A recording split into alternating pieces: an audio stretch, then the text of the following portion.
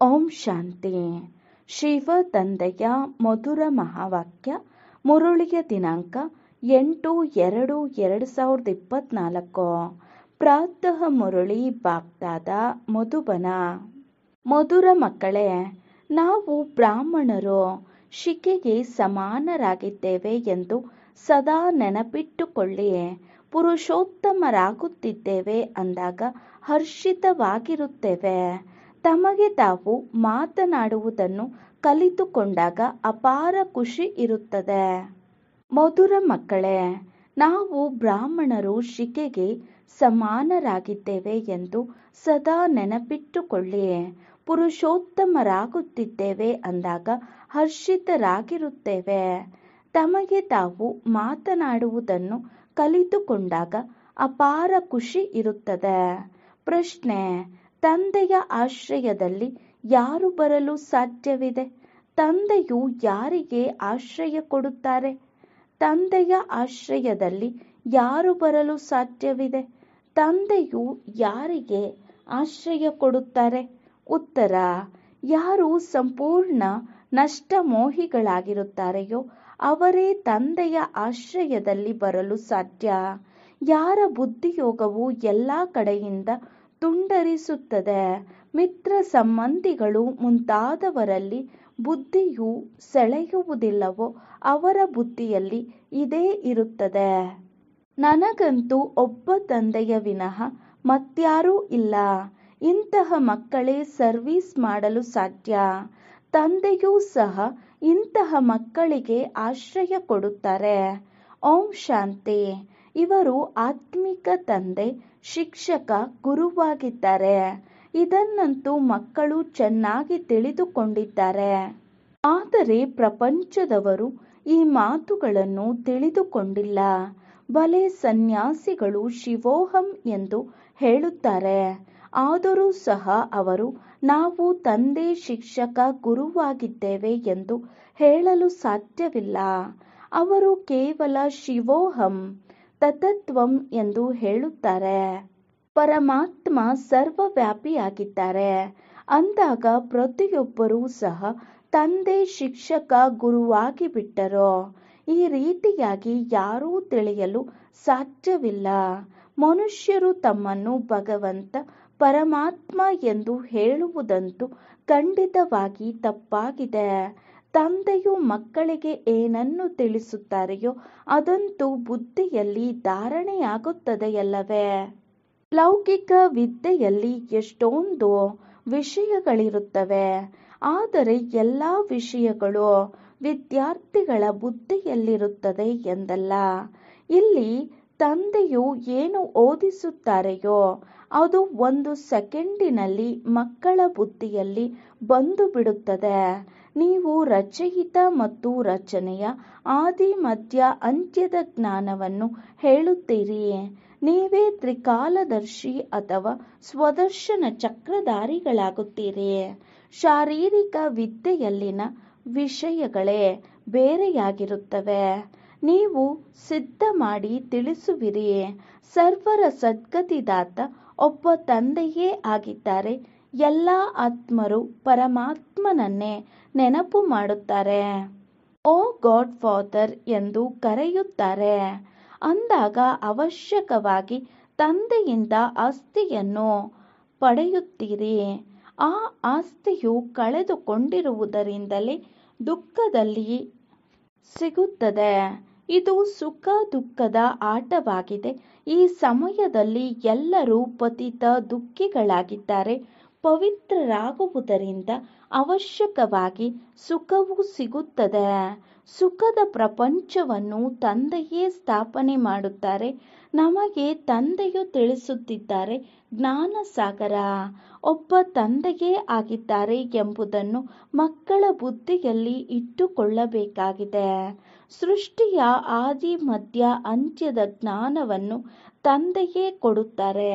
ಮತ್ತೆಲ್ಲರೂ ಯಾವಾಗ ಧರ್ಮ ಸ್ಥಾಪನೆಯಾಗುತ್ತದೆಯೋ ಆ ಸಮಯದಲ್ಲಿಯೇ ಬರುತ್ತಾರೆ. ಈ ಮಾತುಗಳು ಬೇರೆ ಯಾರ ಬುದ್ಧಿಯಲ್ಲಿಯೂ ಇಲ್ಲ. ನೀವು ಮಕ್ಕಳಿಗಾಗಿ ತಂದೆಯು ಈ ವಿದ್ಯೆಯನ್ನು ಅವಶ್ಯಕವಾಗಿ ಸಹಜವಾಗಿ ಮಾಡಿದ್ದಾರೆ. ಕೇವಲ ಸ್ವಲ್ಪ ವಿಸ್ತಾರದಲ್ಲಿ ತಿಳಿಸುತ್ತಾರೆ.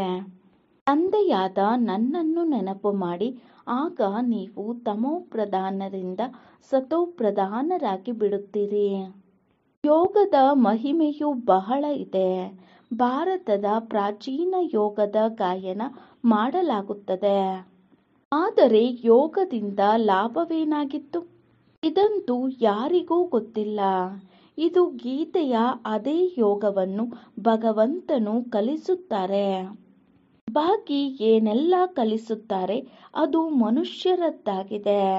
ದೇವತೆಗಳ ಬಳಿಯಂತೂ ಯೋಗದ ಮಾತೇ ಇಲ್ಲ. ಇದು ಹಠಯೋಗ ಮುಂತಾದವೆಲ್ಲವನ್ನು ಮನುಷ್ಯರು ಕಲಿಸುತ್ತಾರೆ. ದೇವತೆಗಳು ಕಲಿಯುವುದೂ ಇಲ್ಲ, ಕಲಿಸುವುದೂ ಇಲ್ಲ. ದೈವಿ ಪ್ರಪಂಚದಲ್ಲಿ ಯೋಗದ ಮಾತೇ ಇಲ್ಲ. ಯೋಗದಿಂದ ಎಲ್ಲರೂ ಪಾವನರಾಗುತ್ತಾರೆ. ಅವರು ಅವಶ್ಯಕವಾಗಿ ಇಲ್ಲಿಯೇ ಆಗುತ್ತಾರೆ. ತಂದೆಯು ಬರುವುದೇ ಸಂಗಮ ಯುಗದಲ್ಲಿ ಹೊಸ ಪ್ರಪಂಚವನ್ನಾಗಿ ಮಾಡಲು ಬರುತ್ತಾರೆ. ಈಗ ನೀವು ಹಳೆಯ ಪ್ರಪಂಚದಿಂದ ಹೊಸ ಪ್ರಪಂಚಕ್ಕೆ ವರ್ಗಾವಣೆಯಾಗುತ್ತಿದ್ದೀರಿ. ಇದನ್ನು ಯಾರಿಗಾದರೂ ತಿಳಿಸಿಕೊಡುವುದರಲ್ಲಿಯೂ ಅದ್ಭುತವಾಗಿದೆ. ನಾವು ಬ್ರಾಹ್ಮಣರು ಶಿಕೆಗೆ ಸಮಾನರಾಗಿದ್ದೇವೆ. ಸತ್ಯಯುಗ ಮತ್ತು ಕಲಿಯುಗದ ಮಧ್ಯದಲ್ಲಿ ಬ್ರಾಹ್ಮಣರ ಶಿಕೆ ಇದೆ. ಇದನ್ನೇ ಸಂಗಮ ಯುಗವೆಂದು ಕರೆಯಲಾಗುತ್ತದೆ. ಇಲ್ಲಿ ನೀವು ಪುರುಷೋತ್ತಮರಾಗುತ್ತಿದ್ದೀರಿ. ನಾವು ಪುರುಷೋತ್ತಮರಾಗುತ್ತಿದ್ದೇವೆ ಎಂದು ಮಕ್ಕಳ ಬುದ್ಧಿಯಲ್ಲಿದೆ. ಅಂದಾಗ ಸದಾ ಹರ್ಷಿತವಾಗಿರುತ್ತೀರಿ. ಎಷ್ಟು ಸರ್ವಿಸ್ ಮಾಡುತ್ತೀರೋ ಅಷ್ಟು ಹರ್ಷಿತವಾಗಿರುತ್ತೀರಿ. ಸಂಪಾದನೆ ಮಾಡಿ ಮತ್ತು ಅನ್ಯರಿಗೂ ಮಾಡಿಸಬೇಕು. ಪ್ರದರ್ಶಿನಿಯಲ್ಲಿ ಸರ್ವಿಸ್ ಮಾಡಿದರೆ ಕೇಳುವವರಿಗೂ ಸಹ ಸುಖ ಸಿಗುತ್ತದೆ. ತನ್ನ ಮತ್ತು ಅನ್ಯರ ಕಲ್ಯಾಣವಾಗುತ್ತದೆ. ಚಿಕ್ಕ ಸೇವಾ ಕೇಂದ್ರದಲ್ಲಿಯೂ ಸಹ ಮುಖ್ಯವಾದ 5-6 ಚಿತ್ರಗಳು ಅವಶ್ಯಕವಾಗಿ ಇರಬೇಕು.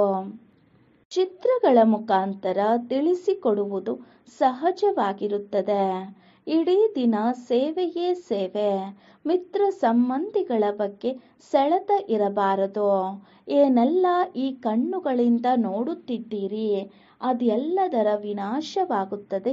ಬಾಕಿ ದಿವ್ಯ ದೃಷ್ಟಿಯಿಂದ ಏನನ್ನು ನೋಡುತ್ತೀರೋ ಅದರ ಸ್ಥಾಪನೆಯಾಗುತ್ತಾ ಇದೆ. ಈ ರೀತಿ ತನ್ನೊಂದಿಗೆ ತಾನು ಮಾತನಾಡಿದ್ದೇ ಆದರೆ ತಾವು ಪಕ್ಕಾ ಆಗಿ ಬಿಡುತ್ತೀರಿ. ಬೇಹದ್ದಿನ ತಂದೆಯೊಂದಿಗೆ ಮಿಲನ ಮಾಡುವ ಖುಷಿಯಾಗಿ ಇರಬೇಕು. ಯಾರಾದರೂ ರಾಜನ ಬಳಿ ಜನ್ಮವನ್ನು ತೆಗೆದುಕೊಳ್ಳುತ್ತಾರೆ ಅಂದರೆ ಎಷ್ಟೊಂದು ನಶೆಯಿಂದ ಇರುತ್ತಾರೆ. ನೀವು ಮಕ್ಕಳು ಸ್ವರ್ಗಕ್ಕೆ ಮಾಲೀಕರಾಗುತ್ತಿದ್ದೀರಿ. ಪ್ರತಿಯೊಬ್ಬರೂ ತಮಗಾಗಿ ಪರಿಶ್ರಮ ಪಡುತ್ತಿದ್ದಾರೆ. ತಂದೆಯು ಕೇವಲ ಹೇಳುತ್ತಿದ್ದಾರೆ, ಕಾಮಚಿತೆಯ ಮೇಲೆ ಕುಳಿತು ನೀವು ಕಪ್ಪಾಗಿ ಬಿಟ್ಟಿದ್ದೀರಿ. ಈಗ ಜ್ಞಾನ ಚಿತೆಯ ಮೇಲೆ ಕುಳಿತುಕೊಳ್ಳಿ, ಆಗ ಸುಂದರರಾಗಿ ಬಿಡುತ್ತೀರಿ. ಬುದ್ಧಿಯಲ್ಲಿ ಇದೇ ಚಿಂತನೆ ನಡೆಯುತ್ತಿರಲಿ. ಭಲೆ ಆಫೀಸ್ನಲ್ಲಿ ಕೆಲಸ ಕಾರ್ಯ ಮಾಡುತ್ತೀರಿ, ನೆನಪು ಮಾಡುತ್ತಾ ಇರಿ. ಆದರೆ ಸಮಯವಿಲ್ಲ ಎಂದಲ್ಲ. ಎಷ್ಟು ಸಮಯ ಸಿಗುತ್ತದೆಯೋ ಅಷ್ಟು ಆತ್ಮಿಕ ಸಂಪಾದನೆಯನ್ನು ಮಾಡಿಕೊಳ್ಳಬೇಕು. ಎಷ್ಟೊಂದು ದೊಡ್ಡ ಸಂಪಾದನೆಯಾಗಿದೆ. ಆರೋಗ್ಯ ಮತ್ತು ಸಂಪತ್ತು ಎರಡೂ ಜೊತೆಯಲ್ಲಿಯೇ ಸಿಗುತ್ತದೆ. ಅರ್ಜುನ ಮತ್ತು ಏಕಲವ್ಯನ ಕಥೆಯಿದೆಯಲ್ಲವೇ? ಈ ರೀತಿ ಗೃಹಸ್ಥ ವ್ಯವಹಾರದಲ್ಲಿದ್ದು ಒಳಗಿರುವವರಿಗಿಂತಲೂ ಮುಂದೆ ಹೋಗಲು ಸಾಧ್ಯವಿದೆ. ಎಲ್ಲದರ ಆಧಾರವು ನೆನಪಿನ ಮೇಲಿದೆ. ಇಲ್ಲಿ ಎಲ್ಲರೂ ಕುಳಿತುಕೊಂಡು ಬಿಟ್ಟರೆ ಆಗ ಸರ್ವೀಸನ್ನು ಹೇಗೆ ಮಾಡುತ್ತೀರಿ? ರಿಫ್ರೆಶ್ ಆಗಿ ಸೇವೆಯಲ್ಲಿ ತೊಡಗಬೇಕು. ಸೇವೆಯ ವಿಚಾರ ಇರಬೇಕು. ಪ್ರದರ್ಶನೆಯಲ್ಲಿ ತಂದೆ ಹೋಗಲು ಸಾಧ್ಯವಿಲ್ಲ. ಏಕೆಂದರೆ ಬಾಪ್ದಾದಾ ಇಬ್ಬರೂ ಜೊತೆಯಲ್ಲಿದ್ದಾರೆ. ತಂದೆಯ ಆತ್ಮ ಮತ್ತು ಬ್ರಹ್ಮಾತ್ ಆತ್ಮ ಜೊತೆಯಲ್ಲಿದ್ದಾರೆ. ಇವರು ವಿಚಿತ್ರವಾದ ದಂಪತಿಗಳಾಗಿದ್ದಾರೆ. ನೀವು ಮಕ್ಕಳ ವಿನಃ ಬೇರ್ಯಾರೂ ಈ ದಂಪತಿಯನ್ನು ಅರಿಯಲಾರರು. ತನ್ನನ್ನು ಯುಗಲ್ ಎಂದು ತಿಳಿಯುತ್ತಾರೆ. ಪುನಃ ಹೇಳುತ್ತಾರೆ, ನಾನು ತಂದೆಗೆ ಅಗಲಿ ಸಿಕ್ಕಿರುವಂತಹ ಮಗು. ಲಕ್ಷ್ಮೀನಾರಾಯಣರ ಚಿತ್ರ ನೋಡಿದಾಗ ಬಹಳ ಖುಷಿಯಾಗುತ್ತದೆ. ನಮ್ಮ ಇನ್ನೊಂದು ಜನ್ಮ ಇದಾಗಿದೆ. ನಾವು ಸಿಂಹಾಸನದ ಮೇಲೆ ಅವಶ್ಯಕವಾಗಿ ಕುಳಿತುಕೊಳ್ಳುತ್ತೇವೆ. ನೀವು ಸಹ ರಾಜಯೋಗವನ್ನು ಕಲಿಯುತ್ತಿದ್ದೀರಿ. ಗುರಿ ಉದ್ದೇಶವೂ ಸಹ ತಮ್ಮ ಬಳಿ ಇದೆ. ಇಂತಹವರಿಗಂತೂ ಖುಷಿ ಇರುತ್ತದೆ, ನಾನು ತಂದೆಯ ಅಗಲಿ ಮರಳಿ ಸಿಕ್ಕಿದ ಮಗುವಾಗಿದ್ದೇನೆ. ಆದರೂ ಸದಾ ನೆನಪಿರುವುದಿಲ್ಲ. ಬೇರೆ ಬೇರೆ ಕಡೆ ವಿಚಾರಗಳು ಹೋಗುತ್ತಿರುತ್ತವೆ. ಯಾರೂ ಸಹ ಒಂದೇ ಸಾರಿ ನೆನಪಿರಲು ಸಾಧ್ಯವಿಲ್ಲ. ಮತ್ತು ಯಾರ ವಿಚಾರಗಳು ಬರುವುದಿಲ್ಲವೆಂದು ಡ್ರಾಮಾದಲ್ಲಿ ಕಾನೂನಿಲ್ಲ. ಮಾಯೆಯ ಬಿರುಗಾಳಿ ನೆನಪು ಮಾಡಲು ಬಿಡುವುದಿಲ್ಲ. ನಮಗಂತೂ ಬಹಳ ಸಹಜವಾಗಿದೆ, ಏಕೆಂದರೆ ತಂದೆಯ ಪ್ರವೇಶತೆಯಿಂದ ನಮಗೆ ಈ ಜ್ಞಾನವು ಲಭ್ಯವಾಗಿದೆ ಎಂದು ತಿಳಿದುಕೊಂಡಿದ್ದೇವೆ. ನಾನು ತಂದೆಯ ನಂಬರ್ 1 ಅಗಲಿ ಸಿಕ್ಕಿದ ಮಗುವಾಗಿದ್ದೇನೆ. ಮೊದಲನೇ ನಂಬರಿನ ರಾಜಕುಮಾರನಾಗಿದ್ದೇನೆ. ಆದರೂ ನೆನಪು ಮರೆತು ಹೋಗುತ್ತದೆ. ಅನೇಕ ಪ್ರಕಾರದ ವಿಚಾರಗಳು ಬಂದು ಬಿಡುತ್ತವೆ. ಇದು ಮಾಯೆಯಾಗಿದೆ. ಯಾವಾಗ ಈ ತಂದೆಯೇ ಅನುಭವವಾಗುವುದೋ ಆಗಲೇ ನೀವು ಮಕ್ಕಳಿಗೆ ತಿಳಿಸಲು ಸಾಧ್ಯ. ಈ ವಿಚಾರಗಳು ಯಾವಾಗ ಮುಕ್ತಾಯವಾಗುತ್ತದೆ ಆಗ ಕರ್ಮಾತೀತ ಸ್ಥಿತಿಯಾಗಿದೆ. ಆತ್ಮವು ಯಾವಾಗ ಸಂಪೂರ್ಣವಾಗುತ್ತದೆ ನಂತರ ಈ ಶರೀರವಿರಲು ಸಾಧ್ಯವಿಲ್ಲ. ಶಿವ ತಂದೆಯಂತೂ ಸದಾ ಪವಿತ್ರರಾಗಿದ್ದಾರೆ. ಪತಿತ ಪ್ರಪಂಚ ಮತ್ತು ಪತಿತ ಶರೀರದಲ್ಲಿ ಬಂದು ಪಾವನರನ್ನಾಗಿ ಮಾಡುವ ಪಾತ್ರ ಇವರದೇ ಆಗಿದೆ. ಡ್ರಾಮಾದಲ್ಲಿ ಬಂಧಿತರಾಗಿದ್ದಾರೆ. ತಾವು ಪಾವನರಾದ ನಂತರ ಹೊಸ ಶರೀರ ಬೇಕೋ? ಶಿವ ತಂದೆಗೆ ತಮ್ಮ ಶರೀರವಂತೂ ಇಲ್ಲ. ಈ ತನುವಿನಲ್ಲಿ ಅಂದರೆ ಬ್ರಹ್ಮನ ಆತ್ಮದ ಮಹತ್ವವಿದೆ. ಅದರದೇನಲ್ಲ ಇಟ್ಟಿದ್ದಾರೆ. ಬ್ರಹ್ಮ ತಂದೆಯ ಮೂಲಕ ಶಿವ ತಂದೆ ಮುರಳಿಯನ್ನು ನುಡಿಸುತ್ತಿದ್ದಾರೆ. ಹೊರಟು ಹೋಗುತ್ತಾರೆ. ಅವರು ಫ್ರೀ ಆಗಿರುತ್ತಾರೆ. ಇಲ್ಲೊಮ್ಮೆ ಅಲ್ಲೊಮ್ಮೆ ಹೊರಟು ಹೋಗುತ್ತಾರೆ. ಮಕ್ಕಳಿಗೆ ಅನುಭವವಾಗುತ್ತದೆ, ಶಿವ ತಂದೆಯೇ ಮುರುಳಿ ನುಡಿಸುತ್ತಿದ್ದಾರೆ ಎಂದು. ತಾವು ಮಕ್ಕಳಿಗೆ ಗೊತ್ತಿದೆ, ನಾವು ತಂದೆಗೆ ಸಹಯೋಗ ಕೊಡಲು ಈಶ್ವರೀಯ ಸೇವೆಯಲ್ಲಿ ಇದ್ದೇವೆ. ತಂದೆಯು ಹೇಳುತ್ತಾರೆ, ನಾನೂ ಸಹ ನನ್ನ ಮಧುರ ಮನೆಯನ್ನು ಬಿಟ್ಟು ಬಂದಿದ್ದೇನೆ. ಪರಮಧಾಮವೆಂದರೆ ಎಲ್ಲದಕ್ಕಿಂತ ಮೇಲಿರುವ ಧಾಮವಾದ ಮೂಲವತನವಾಗಿದೆ. ಬಾಕಿ ಪೂರ್ಣ ಆಟವೆಲ್ಲವೂ ಈ ಸೃಷ್ಟಿಯಲ್ಲಿಯೇ ನಡೆಯುತ್ತದೆ. ಇದು ವಿಚಿತ್ರ ಆಟವೆಂದು ತಮಗೆ ಗೊತ್ತಿದೆ. ಜಗತ್ತಂತೂ ಒಂದೇ ಆಗಿದೆ. ಅವರು ಚಂದ್ರಲೋಕಕ್ಕೆ ಹೋಗಲು ಪ್ರಯತ್ನ ಪಡುತ್ತಾರೆ. ಇದು ವಿಜ್ಞಾನದ ಶಕ್ತಿಯಾಗಿದೆ. ಶಾಂತಿಯ ಶಕ್ತಿಯಿಂದ ನಾವು ಯಾವಾಗ ವಿಜಯಿಗಳಾಗುತ್ತೇವೆಯೋ ಆಗ ವಿಜ್ಞಾನವೂ ಸಹ ಸುಖದಾಯಿಯಾಗಿರುತ್ತದೆ. ಇಲ್ಲಿ ವಿಜ್ಞಾನವು ಸುಖವನ್ನು ಕೊಡುತ್ತದೆ, ದುಃಖವನ್ನು ಕೊಡುತ್ತದೆ. ಅಲ್ಲಿ ಸುಖವೇ ಸುಖವಿದೆ, ದುಃಖದ ಹೆಸರೇ ಇಲ್ಲ. ಇಂತಹ ಮಾತುಗಳು ಇಡೀ ದಿನ ಬುದ್ಧಿಯಲ್ಲಿರಬೇಕು. ಬಾಬಾರವರಿಗೆ ಎಷ್ಟೊಂದು ಯೋಚನೆಗಳು ಬರುತ್ತಿರುತ್ತವೆ. ಬಂಧನದಲ್ಲಿರುವ ಮಾತೆಯರು ವಿಷದ ವಿಚಾರದಲ್ಲಿ ಎಷ್ಟೊಂದು ಕಷ್ಟಪಡುತ್ತಾರೆ. ಕೆಲವರಂತೂ ಮೋಹಕ್ಕೆ ವಶರಾಗಿ ಸಿಕ್ಕಿ ಹಾಕಿಕೊಳ್ಳುತ್ತಾರೆ. ನಿಶ್ಚಯ ಬುದ್ಧಿಯವರು ನಾವು ಅಮೃತ ಕುಡಿಯಬೇಕೆಂದು ಹೇಳುತ್ತಾರೆ ಅಂದಾಗ ಇದರಲ್ಲಿ ನಷ್ಟ ಮೋಹಿಗಳಾಗಬೇಕು. ಹಳೆಯ ಜಗತ್ತಿನಿಂದ ಮನಸ್ಸು ದೂರವಾಗಬೇಕು. ಹಾಗೆಯೇ ಸೇವಾದಾರಿ ಮಕ್ಕಳು ಹೃದಯವನ್ನೇರಲು ಸಾಧ್ಯ. ಅವರಿಗೆ ಆಶ್ರಯ ಕೊಡಬಹುದು. ಕನ್ಯೆಯು ಪತಿಯ ಆಶ್ರಯಕ್ಕೆ ಹೋಗುತ್ತಾಳೆ, ವಿಷವಿಲ್ಲದೆ ಇರುವುದಿಲ್ಲ. ನಂತರ ತಂದೆಯು ಆಶ್ರಯಕ್ಕೆ ತೆಗೆದುಕೊಳ್ಳಬೇಕಾಗುತ್ತದೆ. ಆದರೆ ಒಂದೇ ಸಾರಿ ನಷ್ಟ ಮೋಹಿಗಳಾಗಬೇಕು. ಪತಿಯರಿಗೂ ಪತಿ ಸಿಕ್ಕಿದ್ದಾರೆ. ಈಗ ಅವರ ಜೊತೆ ನಾವು ಬುದ್ಧಿಯೋಗದ ನಿಶ್ಚಿತಾರ್ಥ ಮಾಡಿಕೊಳ್ಳುತ್ತಾರೆ ಅಷ್ಟೇ. ನನಗಂತೂ ಒಬ್ಬರ ವಿನಃ ಬೇರೆ ಯಾರೂ ಇಲ್ಲ.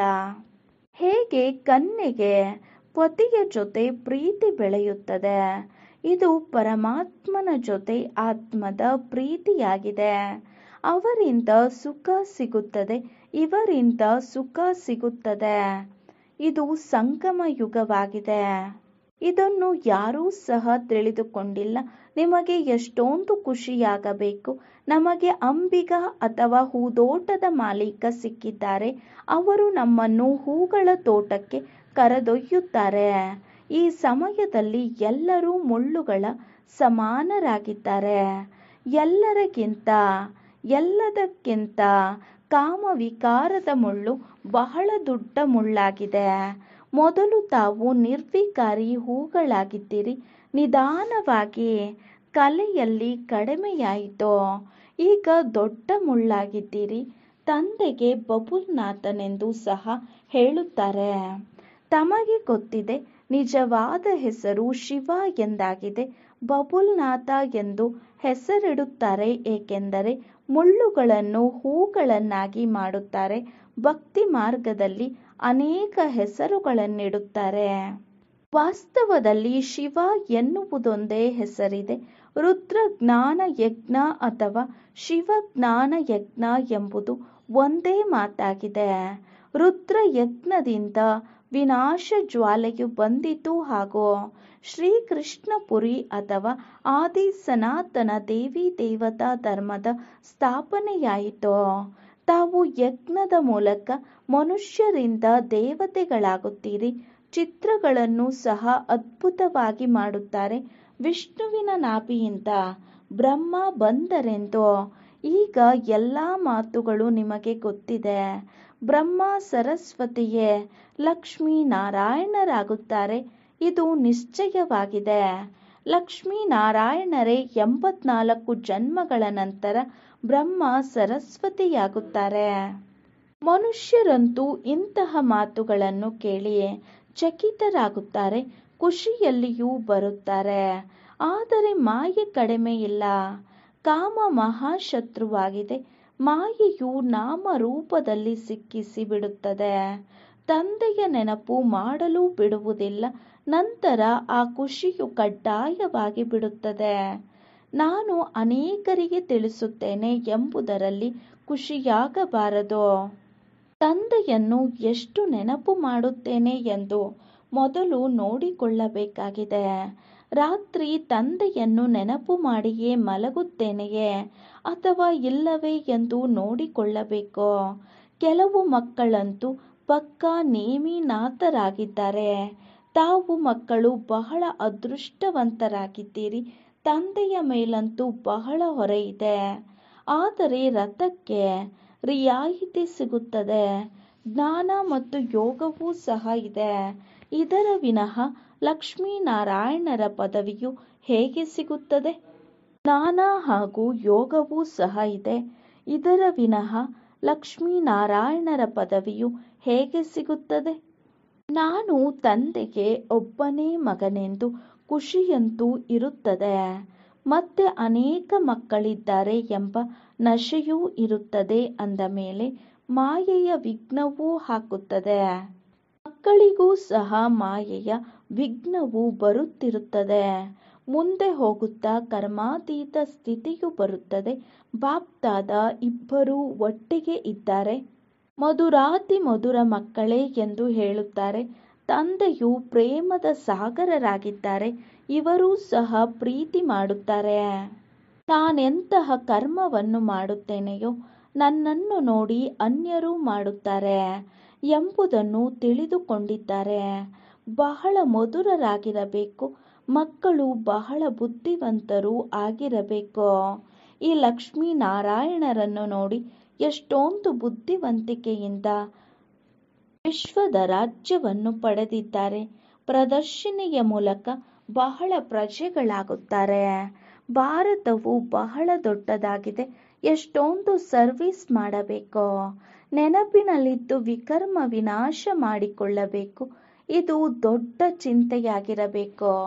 ನಾವು ತಮೋ ಪ್ರಧಾನರಿಂದ ಸತೋ ಪ್ರಧಾನ ಹೇಗೆ ಆಗುವುದು? ಇದರಲ್ಲಿ ಶ್ರಮವಿದೆ. ಸರ್ವೀಸ್ನ ಅವಕಾಶವಂತೂ ಬಹಳ ಇದೆ. ರೈಲಿನಲ್ಲಿ ಬ್ಯಾಡ್ಜ್ನಿಂದಲೇ ಸರ್ವೀಸ್ ಮಾಡಬಹುದು. ಇದು ಬಾಬಾ, ಇದು ಆಸ್ತಿ. ಅವಶ್ಯಕವಾಗಿ 5000 ವರ್ಷಗಳ ಮೊದಲು ಭಾರತವು ಸ್ವರ್ಗವಾಗಿತ್ತು. ಲಕ್ಷ್ಮೀನಾರಾಯಣರ ರಾಜ್ಯವಿತ್ತು. ಮತ್ತೆ ಅವಶ್ಯಕವಾಗಿ ಇವರ ರಾಜ್ಯವು ಬರಲೇಬೇಕು. ನಾವು ತಂದೆಯ ನೆನಪಿನಿಂದ ಪಾವನ ಜಗತ್ತಿನ ಮಾಲೀಕರಾಗುತ್ತಿದ್ದೇವೆ. ರೈಲಿನಲ್ಲಿ ಬಹಳ ಸರ್ವೀಸ್ ಮಾಡಬಹುದು. ಒಂದು ಬೋಗಿಯಲ್ಲಿ ಸರ್ವೀಸ್ ಮಾಡಿ ಮತ್ತೆ ಇನ್ನೊಂದು ಬೋಗಿಗೆ ಹೋಗಬೇಕು. ಈ ರೀತಿ ಸರ್ವೀಸ್ ಮಾಡುವಂತಹವರೇ ತಂದೆಯ ಹೃದಯವನ್ನೇರುತ್ತಾರೆ. ನಾವು ನಿಮಗೆ ಖುಷಿಯ ಸಮಾಚಾರವನ್ನು ಹೇಳುತ್ತೇವೆ ಎಂದು ಹೇಳಿ. ತಾವು ಪೂಜ್ಯ ದೇವತೆಗಳಾಗುತ್ತೀರಿ. ಮತ್ತೆ 84 ಜನ್ಮಗಳನ್ನು ಪಡೆದು ಪೂಜಾರಿಗಳಾದಿರಿ. ಈಗ ಮತ್ತೆ ಪೂಜ್ಯರಾಗಿ ಏಣಿಯ ಚಿತ್ರವು ಚೆನ್ನಾಗಿದೆ. ಇದರಿಂದಲೇ ಸತೋ ರಜೋ ತಮೋ ಸ್ಥಿತಿಯನ್ನು ಸಿದ್ಧ ಮಾಡಬೇಕಿದೆ. ಶಾಲೆಯಲ್ಲಿ ಕೊನೆಯಲ್ಲಿ ಮುಂದುವರೆಸುವ ಆಸಕ್ತಿ ಇರಬೇಕು. ಈಗ ಇಲ್ಲಿಯೂ ತಿಳಿಸಲಾಗುತ್ತದೆ, ಯಾರೆಲ್ಲ ಸಮಯವನ್ನು ವ್ಯರ್ಥವಾಗಿ ಕಳೆದರೋ ಅವರು ಮುಂದುವರೆದು ಸರ್ವೀಸ್ನಲ್ಲಿ ತೊಡಗಬೇಕು. ಸರ್ವೀಸ್ನ ಅವಕಾಶಗಳು ಬಹಳ ಇವೆ. ಸೇವಾದಾರಿ ಮಕ್ಕಳು ಅನೇಕರು ಹೊರಬರಬೇಕು. ಅವರನ್ನು ಬಾಬಾ ಎಲ್ಲಿಯಾದರೂ ಕಳುಹಿಸಿಕೊಡುತ್ತಾರೆ. ಮಂದಿರಗಳಲ್ಲಿ ಸರ್ವೀಸ್ ಅಂತೂ ಚೆನ್ನಾಗಿ ಆಗುತ್ತದೆ. ದೇವತಾ ಧರ್ಮದವರು ತಕ್ಷಣ ಅರ್ಥ ಮಾಡಿಕೊಳ್ಳುತ್ತಾರೆ. ಗಂಗಾ ಸ್ನಾನ ಮಾಡುವ ಕಡೆಯಲ್ಲಿಯೋ ತಿಳಿಸಬಹುದು. ಅವರಿಗೆ ಖಂಡಿತ ಮನಸ್ಸಿಗೆ ನಾಟುತ್ತದೆ. ಒಳ್ಳೆಯದು. ಮಧುರಾತಿ ಮಧುರ ಅಗಲಿ ಹೋಗಿ ಮರಳಿ ಸಿಕ್ಕಿರುವಂತಹ ಮಕ್ಕಳಿಗೆ ಪ್ರೀತಿಯ ಮಾತಾಪಿತಾ ಬಾಪ್ದಾದಾರವರ ನೆನಪು, ಪ್ರೀತಿ ಹಾಗೂ ನಮಸ್ತೆ. ನಾವು ಆತ್ಮೀಯ ಮಕ್ಕಳ ಆತ್ಮೀಯ ತಂದೆಗೆ ನಮಸ್ತೆ ನಮಸ್ತೆ ನಮಸ್ತೆ. ಧಾರಣೆಗಾಗಿ ಮುಖ್ಯ ಸಾರ. ಫಸ್ಟ್ ಪಾಯಿಂಟ್, ಸದಾ ಹರ್ಷಿತವಾಗಿರಲು ಆತ್ಮೀಯ ಸರ್ವೀಸ್ ಮಾಡಬೇಕು. ಸತ್ಯ ಸಂಪಾದನೆಯನ್ನು ಮಾಡಿ ಮತ್ತು ಅನ್ಯರಿಗೂ ಮಾಡಿಸಬೇಕು. ತಮ್ಮ ಹಾಗೂ ಅನ್ಯರ ಕಲ್ಯಾಣ ಮಾಡಬೇಕು. ರೈಲಿನಲ್ಲಿಯೂ ಸಹ ಬ್ಯಾಡ್ಜ್ನ ಮೇಲೆ ಸರ್ವೀಸ್ ಮಾಡಬೇಕು. ಸೆಕೆಂಡ್ ಪಾಯಿಂಟ್, ಹಳೆಯ ಜಗತ್ತಿನಿಂದ ಮನಸ್ಸನ್ನು ತೆಗೆಯಬೇಕು. ನಷ್ಟ ಮೋಹಿಗಳಾಗಬೇಕು. ಒಬ್ಬ ತಂದೆಯ ಜೊತೆ ಸತ್ಯ ಪ್ರೀತಿಯನ್ನಿಟ್ಟುಕೊಳ್ಳಬೇಕು. ವರದಾನ, ಸಂಗಮ ಯುಗದ ಮಹತ್ವವನ್ನು ತಿಳಿದು ಪ್ರತಿ ಸಮಯ ವಿಶೇಷ ಗಮನ ಇಡುವಂತಹ ಹೀರೋ ಪಾತ್ರಧಾರಿಗಳಾಗಿಯೇ. ಸಂಗಮ ಯುಗದ ಮಹತ್ವವನ್ನು ತಿಳಿದು ಪ್ರತಿ ಸಮಯ ವಿಶೇಷ ಗಮನ ಇಡುವಂತಹ ಹೀರೋ ಪಾತ್ರಧಾರಿಗಳಾಗಿಯೇ. ವಿವರಣೆ, ಪ್ರತಿ ಕರ್ಮ ಮಾಡುತ್ತಾ ಸದಾ ಇದೇ ವರದಾನ ಸ್ಮೃತಿಯಲ್ಲಿರಲಿ. ನಾನು ಹೀರೋ ಪಾತ್ರಧಾರಿಯಾಗಿದ್ದೇನೆ. ಆದ್ದರಿಂದ ಪ್ರತಿ ಕರ್ಮ ವಿಶೇಷವಾಗಿರುವುದು. ಪ್ರತಿ ಸೆಕೆಂಡ್, ಪ್ರತಿ ಸಮಯ, ಪ್ರತಿ ಸಂಕಲ್ಪ ಶ್ರೇಷ್ಠವಾಗಿರುವುದು. ಹೀಗೆ ಹೇಳಲಾಗುವುದಿಲ್ಲ. ಇದಂತೂ 5 ನಿಮಿಷ ಸಾಧಾರಣವಾಗಿ ಕಳೆಯಿತು. ಸಂಗಮ ಯುಗದ 5 ನಿಮಿಷ ಸಹ ಬಹಳ ಮಹತ್ವ ಉಳ್ಳದ್ದಾಗಿದೆ. 5 ನಿಮಿಷ 5 ವರ್ಷಕ್ಕಿಂತಲೂ ಸಹ ಹೆಚ್ಚಾಗಿದೆ.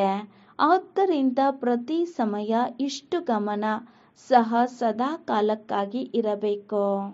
ಸ್ಲೋಗನ್, ಯಾರ ಸಂಕಲ್ಪದಲ್ಲಿ ದೃಢತೆಯ ಶಕ್ತಿ ಇದೆ ಅವರಿಂದ ಪ್ರತಿ ಕಾರ್ಯ ಸಂಭವವಾಗಿದೆ. ಯಾರ ಸಂಕಲ್ಪದಲ್ಲಿ ದೃಢತೆಯ ಶಕ್ತಿ ಇದೆ ಅವರಿಂದ ಪ್ರತಿ ಕಾರ್ಯ ಸಂಭವವಾಗಿದೆ. ಓಂ ಶಾಂತಿ.